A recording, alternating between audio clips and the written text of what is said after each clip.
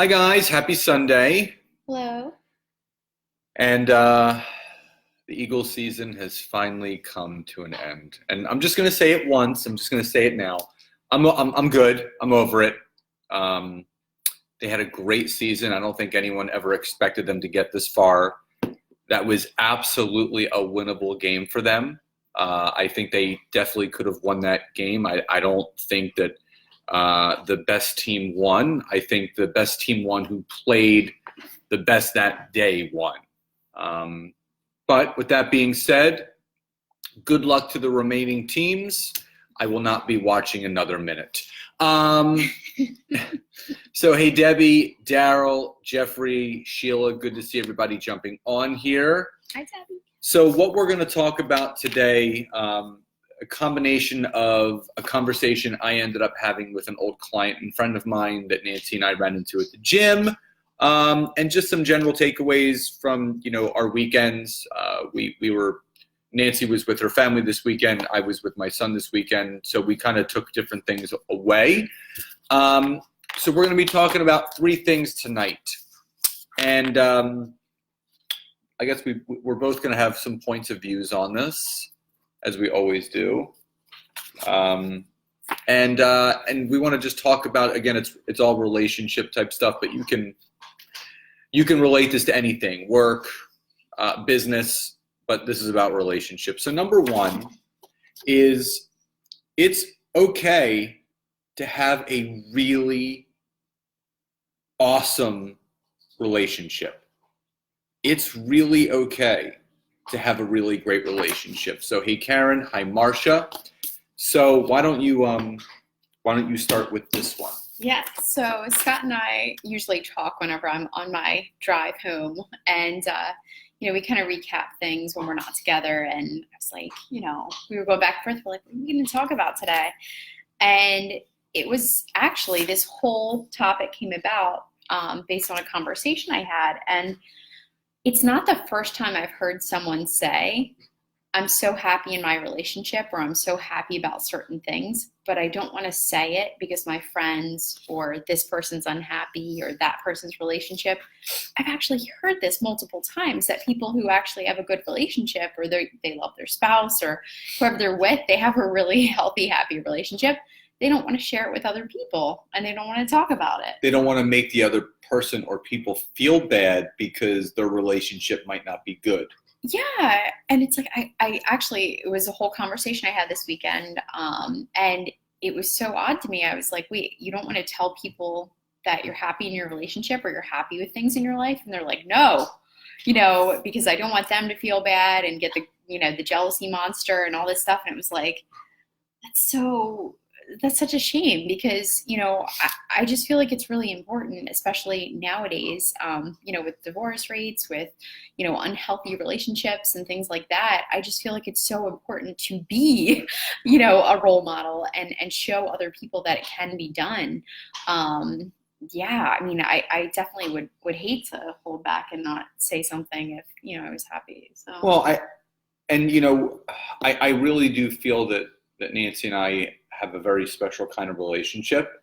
And it's not to say that it's one of a kind. And we ran into another guy at the gym, and he had just celebrated his 55th wedding anniversary. And he said to me, he goes, you and your fiance, he goes, I can just, from what I can see, you guys just really seem really happy and you really love each other. He goes, and that's just seeing you guys together and interact. And that says a lot. And I really feel that the person that you're with, they should be your best friend. I mean, we both have friends outside of our relationship, but I mean, Nancy's my best friend. Like, I talk to her, like, we talk about everything, like frustrations and victories. And, we're always talking about things ahead. And, we did a happening board this year about things that we want to happen for our individual businesses, the businesses that we have together, and our relationship, and new things we want to try. And I think it's really healthy for couples, even when there's kids involved. It's really, thank you, Karen. It's really important for couples to have this kind of time, like when the kids are in bed the weekend is done. Sit down on a Sunday night and really reflect on the victories of the week. And even tonight, like when Nancy was driving home, I'm like, all right, what do you got going this week? What are the goals this week? What do you got to get done? And she went over the stuff and she goes, what about you? And I said, this is what I got to get done. So, we cheer each other on. Now, I mean, that's not to say like, you don't have to be entrepreneurs like us. It can be just a regular job you have, but the relationship, like, what did you love most about the last part of the weekend? And it's really okay to tell people how happy you are. Happiness is contagious. They say misery loves company. Happiness loves even more company. I truly believe that. So just realize that when people say, well, it's not normal if you're not fighting or arguing some of the time, or you haven't had a blowout yet, you haven't had, you haven't slept on the couch yet. Like, no, I mean, we've been together almost 15 months. And we really have not, like, have we had moments where, like, we've gotten frustrated and, like, we just needed to get out how we feel in a calm way? Yeah, but there's been there has been no fights. And I feel that's normal. It's normal not to fight. And that's not to say there's going to be disagreements or spats, but people think it's, like, weird, like, when you haven't fought at all yet? Well, I just like the thing that kind of gets to me is that, we've both been in long-term relationships, right? We've been in not just one. Yeah, not just multiple. One. And long-term, what it's like to live with someone for a long time, to go through ups and downs with them, to see them sick, to see them in all sorts of shapes and ways. And it's not like we've never experienced that before. And sometimes, people, I get it frequently where it's like, well, you guys are like this because you're still in your honeymoon phase, and oh, you guys are still so happy. And, and again, we are trying to be as transparent as possible in our relationship. I mean, we started these lives when we were like, 6 months into dating or something. We're like, this would be interesting. Just for the sake of like, here's how a relationship can kind of like go. And I still say, so the one person who kind of like said that, they were just like, well, wait till you guys do this, and wait till you guys do that, and wait till you, whatever. And it's like, I get it, but I kind of stopped in my tracks and I'm like, what if you have respect for each other? What if you communicate well? What if when you get upset, and there's certain things, right, we try to do to avoid, like almost like, let's take the guesswork out of it. If I'm upset, I'm going to talk to you about it. And what are you going to do? I'm going to listen. You're going to listen to me, and we're going to figure it out. I'm not going to go in the defense and be like, well, like, and that's the initial thing that I used to do. I could never own if there was something that, not I messed up, but I would be so caught up in defending myself that I wouldn't even listen to what she was saying. I mean, I'm talking about like the old me, and I wouldn't. And because a woman wants to be heard, she wants to express how she feels, but like normally, like we're the ones that want to just defend ourselves. Say like, how can I fix it? How can I make it go away as quick as possible? And that's not healthy. Yeah, and for me, I mean, we've obviously both separately and together worked on a lot of things, and something that I struggled with was actually sharing how I felt and communicating how I felt. And I can't tell you how much of a difference in just having a relationship, like how much it's been where I can actually, if I'm feeling the emotions, instead of bottling them up and like having a flip out session later, no, like I actually say, I'm a little upset, or hey, I need a little downtime, or hey, I don't like it when this happens, and we talk about it. Yeah. And it's like, I always try to stick to facts, right? Like these certain things or whatever. And I try to take emotion out of it as much as possible. Because, I mean, what can you say? It's like, I'm feeling this way, I'm upset, and here's why. Okay. Yeah. So anyway, it takes two. It definitely takes two. I mean, if he looked at me and after telling him, this upset me and it made me feel this way, and he was just like, yeah, whatever, and he continued to do it. That's not good. That's not good. It definitely takes two for that. But anyway, the whole point is, it's okay if you have a great relationship. You've been together 6 months or 6 years or, 30 years. It's okay to have a great relationship, and it's okay to share it. I mean, people honestly, no matter how they react, if they're like, oh, well, you're so happy, whatever, it's like, oh, it's okay. We have a really healthy relationship. I mean, a podcast I listened to today, I haven't even talked to him about it, but the guy was an entrepreneur, and him and his wife were like this team, and they went through hell or high water, and it was like they went through high points, low points. And the podcast was so amazing because he sat there for about 2 minutes and he talked about how much he loved his wife because they were such a team. And I was just like, oh, it's so good to hear stories like that. It's so good. It gives everybody hope because, you know, you hear nothing but divorce and people splitting up and you start to lose hope. So there is hope for everybody. Number 2, don't lose yourself in the relationship. So this goes for men and women. I'm just going to speak from the man's point of view first. It's really important to still be an individual within a relationship. There's a great book called Codependent No More, where it talks about how codependencies can lead to terrible relationships. Because if you're so codependent upon that person, where that's basically how you're living, and you don't have your independence, you're not an independent, assertive person, it's going to lead to resentment. It's going to lead to anger. You're going to smother the other person. And relationships thrive. And this is what my friend was sharing with me that has been married for 55 years. He said, all my friends were warning me about when myself and Rosemarie would retire because we would both be at home all the time. And he goes, nothing's changed. She goes out with her girlfriend sometimes. I go out with my guy friends and we meet back in the middle. And this weekend was a perfect example. I had some guy time with Taylor. She was with the girls celebrating her mom's birthday. And we met back in the middle today.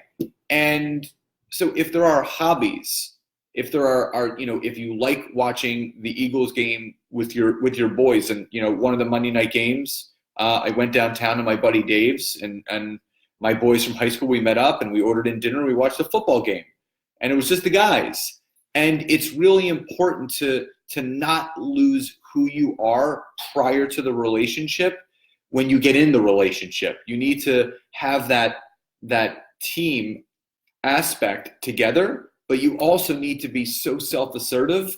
And it's not like nothing's going to happen, but her and I both know that if something did happen, we would both be okay because we're so strong in our independence that we would be able to pick up the pieces. And also we have the confidence knowing that we can work through everything. But the fact of the matter is you have to keep your independence within the relationship. Yeah, and do you mind if I share the story? Yeah, please. Your friend so this kind of made me think of don't lose yourself in the relationship. A woman that Scott's friends with and actually used to personally train years ago, I guess.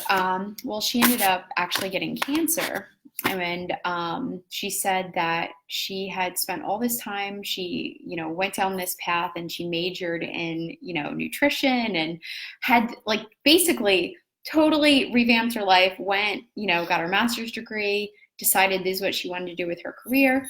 Well, she ended up getting cancer after she had started this big nutrition, making a lot of money, doing all this wonderful stuff. And when she got cancer, it made her slow down.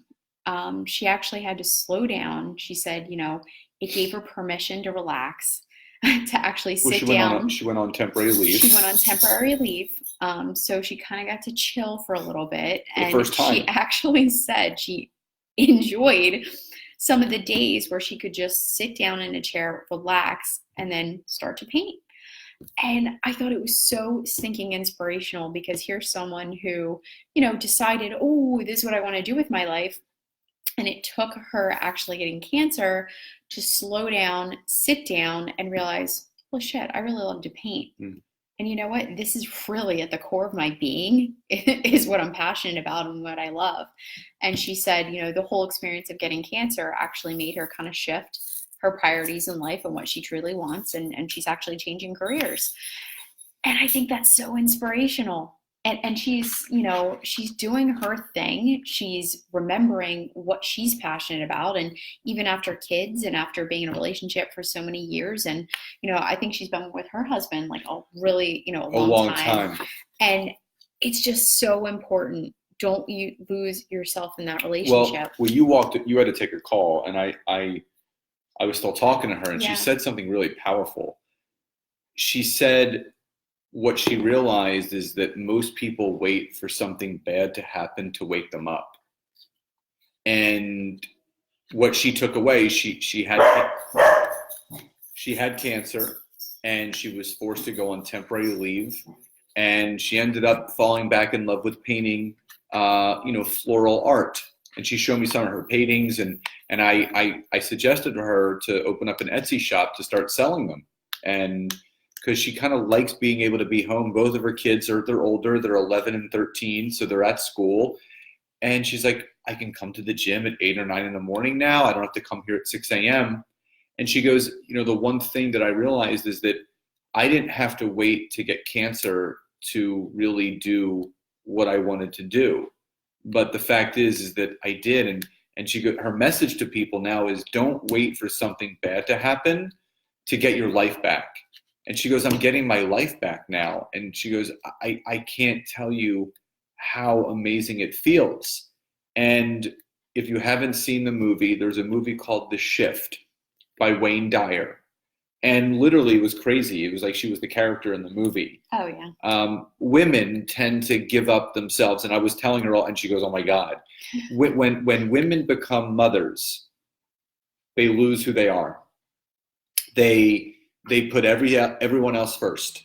And that's why a lot of women end up struggling physically, because they actually feel guilty wanting to go to the gym, to take care of their bodies, to get back to the way that they used to look before, because that's selfish in their eyes. And then they keep putting off eating healthy and going to the gym, and they stop all the passionate things that they were about, painting and meeting with friends and this, that, or the other. So all they do is take care of their kids and their husband. And 15 years goes by, and they don't like the person that they see in the mirror. And then they start playing the blame game. They start blaming their husband, for not helping enough, and blaming their kids. But it's no one's fault. It's just you have to put yourself first. And this comes down to self-love. Because if you don't love yourself first, you cannot love anyone else. And this character in this movie, The Shift, went through that. They were on vacation. And this isn't a spoiler. You're going to watch it anyway. They were on vacation. She had 2 young kids. They were probably one was about Taylor's age, 8 and 6 probably. Yeah. And the husband, and they were on this like vacation resort. And she was relaxing, and, she realized that, she just needed to take a walk at one point, and she noticed all the beautiful landscape of where they were. And she just got this urge to start drawing again. And the kids went to bed, her husband went to bed, she snuck into the bathroom, she locked the door, and she literally drew for hours. And one of the characters in the movie, he said, don't lose yourself in your relationship. Don't lose yourself in your life. Everyone gives up all the things that they love so much just to make other people happy, and then they're the ones that are miserable at the end of the day. I got to give my sister and my brother-in-law so much credit. They are a reality TV show. I mean, they've been on them, but they absolutely could have their own show. They are characters. And I have to give them props. When Blair was pregnant with her daughter, Sia, her first daughter, they still went out when Blair was pregnant. And they made it a point for the 2 of them to continue their lifestyle, like not partying and stuff, but just having a social life, even after they had the baby. And they had Sia, they got a nanny. They knew that was going to be an expense, but it was worth the expense because it gave them some of their time back. And they would go out. And Blair, made sure that she was in the gym every single morning. Got herself back to the way she was before Sia. And they've been, they moved to Jersey. They put a home gym, in their house. They convinced the nanny to come with them. So just get a nanny in a home gym. Right. Get a nanny in a home gym. But she's now pregnant with her second. But we're going out to dinner with them this weekend. And my point is, you still have to put yourself first in the relationship, because you want to feel your best for yourself and your family. They want to see the best of you all the time, and you should want to see the best of yourself all the time. Definitely. Sure. Is that good? Yeah, is that enough? I think all the bases. Is that enough? Yeah. But so go watch the movie The Shift. For all the ladies out there, 100%. It's like I'm covering your mouth. No, it was actually really good. It was when Scott and I first started dating, he asked me to watch it, and I was like, it was really like, and it has Portia de Rossi's in it. There's a couple. Yeah, Portia de Rossi, but Wayne Dyer is the main guy. Really all right, so number 3, and I'm going to let Nancy take this one since I just rambled for about 10 minutes. Number 3, be your own role model. And I want to preface this is that, Nancy and I always talk about, like, who do we look up to relationship-wise? Like, you should have a role model, but sometimes it turns out that you are your best role model in the relationship. Yeah, I mean, it goes back to kind of what we started talking about, right? It's okay to have a good relationship. It's okay to have a great relationship. And it's okay if you don't fight all the time. And it's okay if people kind of jab you and go, well, wait till you hit 5 years, or wait till you hit 10 years or 20. You just wait. And it's like, you know what? It's okay to be happy. One of the things I love about Scott is, honestly, we both are so perfectly imperfect. We, come with our own quirks. We both we got our shit. We hit our own walls. We have our own baggage. And it's just, both of us have been in quite a few long-term relationships. And it's just, I think we love and respect each other so much.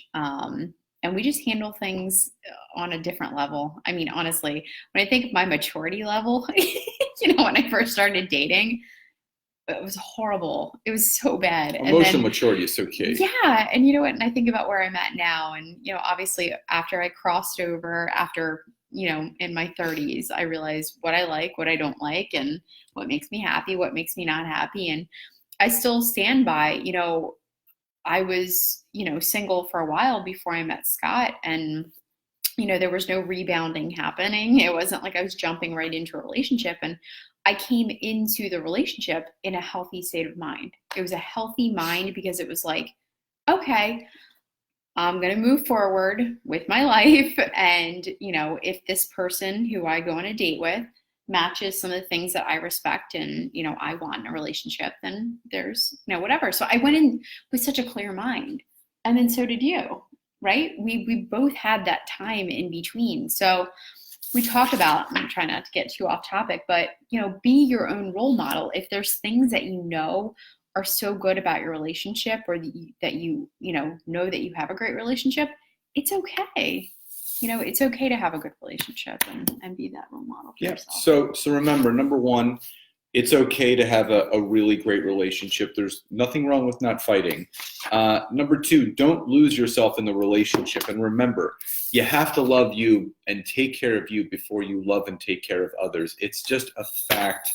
And to all the ladies out there, all the mothers out there, don't feel guilty about you wanting to do something for yourself. If you want to start eating healthy and your husband doesn't, that's his problem, not yours. I'm sorry. You shouldn't. You're what? No, I'm serious. No, I agree. You're your own individual. She has no choice. But I'm kidding. We want to be healthy for each other. But if your spouse doesn't want to go on the same path as you, if they don't want to work out, if they don't want to eat healthy, if they don't want to take care of themselves, you can't force them. But that doesn't mean you shouldn't do it. You should do it, right? Yeah. And number 3, be your own role model. You don't necessarily have to look up to somebody else. sometimes the person that you're looking at in the mirror that's looking back at you is the one person you should be looking up to. So be your own hero, as Greg Sable says, and be your own role model. So happy Sunday. We love you. And we'll see you next time. Yeah. Is that it? Till next Till next time. Have a great night, guys. Bye.